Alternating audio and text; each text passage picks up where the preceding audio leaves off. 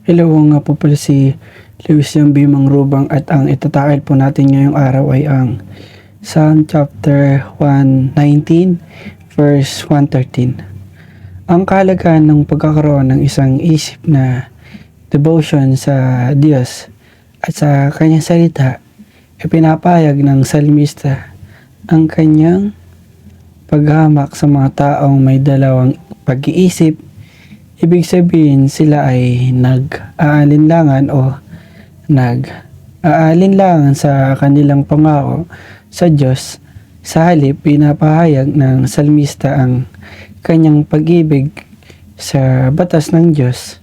Hinahamon tayo ng talatang ito na suriin ang ating mga puso at tanungin ang ating sarili kung tayo ay tunay na tapat sa Diyos at sa kanyang salita. Buong puso ba tayo nagkataon sa pagsunod sa kanyang mga utos at pamumuhay ayon sa kanyang mga prinsipyo? O nasusumpungan na ba natin ang ating sarili na may dalawang pag-iisip kung minsan ay sumusunod sa mga paraan ng Diyos at sa iba pang pagkakataon ay nababagbag ang mga paraan ng mundo? Ang pagiging dalawang isip ay maaring makahadlang sa ating espiritual na paglago at umantong sa kawalan ng pagkakapare-pareho ng ating kaugnayan sa Diyos. Maaari rin natin itong maging mahina sa ating tukso at kompresmo.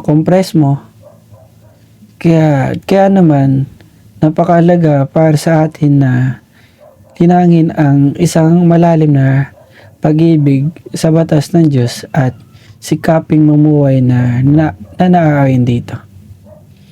Upang magkaroon ng isang pag-iisip na devotion sa Diyos, kailangan nating gumugol ng oras sa regular na pag-aaral at pagbulay-bulayan natin ito sa kanyang salita habang binababad natin ang ating sarili sa banal na kasulatan at magkakaroon tayo ng mas malalim na pag-unawa at katangian ng Diyos. Sa kanyang kalooban para sa ating buhay at sa mga prinsipyo na dapat nating ipamuhay, makakatulong ito sa atin na iayon ang ating mga iniisip, mga hangarin at mga pagkilos sa salita ng Diyos. Karagdagan pa, dapat nating sikaping palibutan ng ating sarili ng mga pananampalataya na may kaparehong pag-iisip na kapareho natin ang pagmamahal at batas ng Diyos. Ang pakikisama sa ibang pampatibay loob at pananagutan at sumuporta sa nagsusumikap, tayo ay namumuhay ng buong puso para sa Diyos at para sa Diyos lamang. Ipanalangin natin na bigyan tayo ng Diyos ng tunay na pagmamahal sa Kanya na batas at tulungan tayong maging mapag-isa sa ating devotion sa Kanya. Naway patuloy natin hangarin ng kanyang patnubay at lakas na labanan ang mga tukso ng mundo at manatiling matatag sa ating pangako na sundin natin siya. Yun lang po, naway may natutunan po tayong aral ngayon. Maraming salamat po.